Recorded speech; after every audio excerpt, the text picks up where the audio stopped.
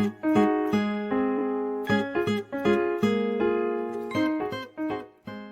Everyone, welcome back to my channel study with Shaivi Singh.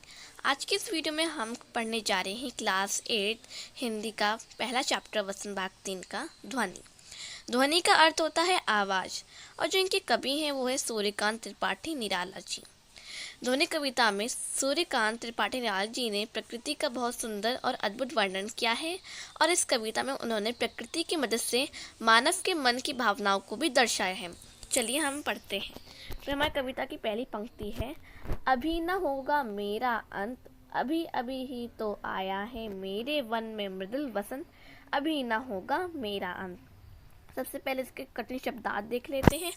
अंत, अंत का अर्थ होता है समाप्ति। मृदुल, मृदुल का अर्थ होता है कोमल। वसंत, वसंत आप जानते हैं कि वसंत में चारों तरफ हरियाली छा जाती है, वे फूल खिलने लगते हैं, तो इसे हम फूल खिलने की ऋतु भी कहते हैं। तब इनके हम भावार्थ देखते हैं कि इसका अर्थ क्या है।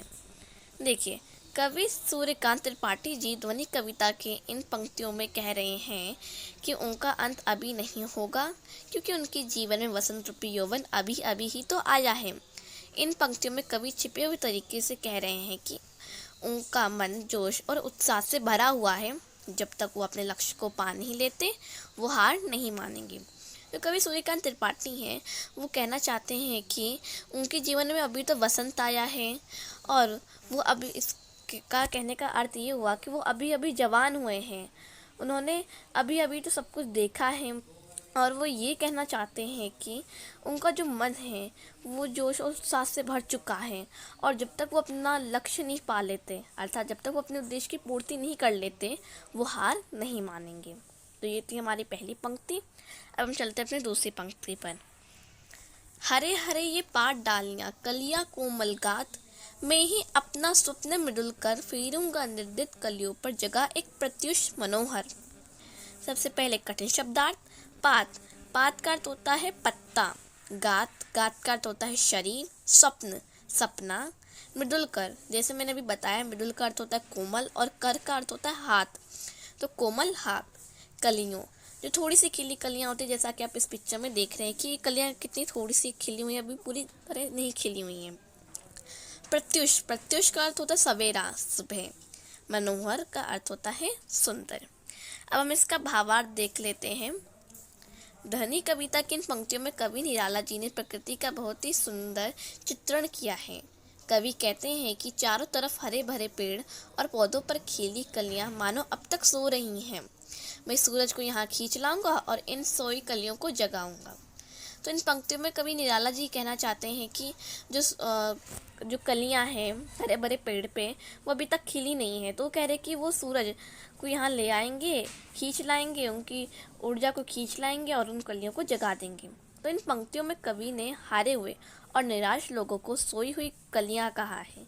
जिस प्रकार सूरज के आ जाने से सभी पेड़ पौधों और कलियों में जान आ जाती है, ठीक उसी प्रकार निराला जी अपने प्रेरणा रूपी सूर्य से निराश लोगों के मन में उत्साह और उल्लास भरना चाहते हैं।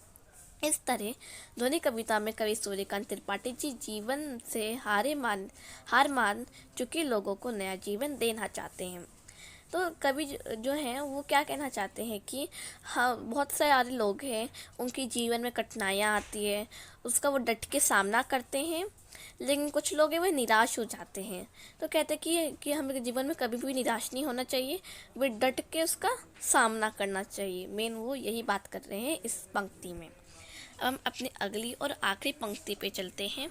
वो है, पुष्प पुष्प से तंदालस लालसा खींच लूँगा मैं, अपने नव जीवन का अमृत शहर सींच दूंगा मैं, द्वार दिखा दूंगा फिर उनको, है मेरे वे जहाँ अनंत, अभी न होगा मेरा अंत। तंद्रालस, तंद्रालस का अर्थ होता है नीच से अलसाया हुआ। लालसा का अर्थ होता है लालच। नव का अर्थ होता है नए।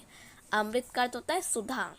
सहर्ष का अर्थ होता है खुशी के साथ। सींच अर्थात सिंचाई। द्वार, दरवाजा। अनंत, जिसका कभी अंत ना हो, और अंत का अर्थ होता है खत्म या समाप्ति। अब इसका हम भावार्थ देख लेते हैं।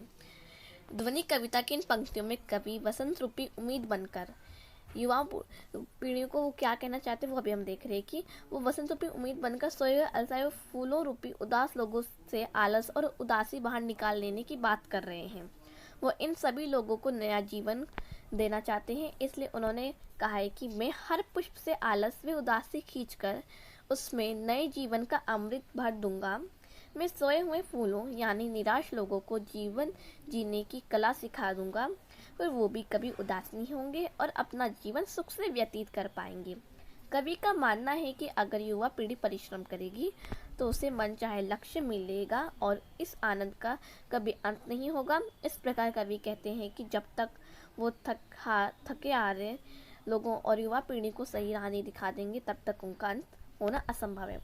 देखिए कवि इसमें कहना चाहते हैं, मेन जो उनका उद्देश्य वो ये है कि वो कहना चाहते हैं कि जो लोग निराश है, जो लोग उदास हैं, वो उनको नया जीवन दिखाना चाहते हैं, उनकी आलस को वे खींच लेना चाहते हैं और नया जीवन दिखाना चाहते हैं।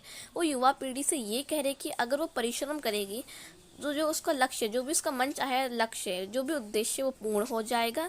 और इस प्रकार वे थके हारे लोगों और युवा पीढ़ी से को राह दिखाना चाहते हैं और जब तक वो राह नहीं दिखा देंगे तब तक वो कह रहे हैं कि उनका अंत असंभव है। तो इस पूरी कविता से हमें पता चलता है कि जो कवि सूर्यकांत त्रिपाठी निराला जी हैं, उन्होंने हमें उपदेश दिया ये है कि हमें जीवन में कभी भी निराश नहीं होना चाहिए और वे कभी आलस नहीं करना चाहिए। कठिनाइयाँ सबके जीवन में आती है, हमें उसका डट कर सामना करना चाहिए। तो ये थी आपकी कविता, कैसी लगी? अच्छी लगी तो लाइक सब्सक्राइब जरूर करिएगा। Thank you.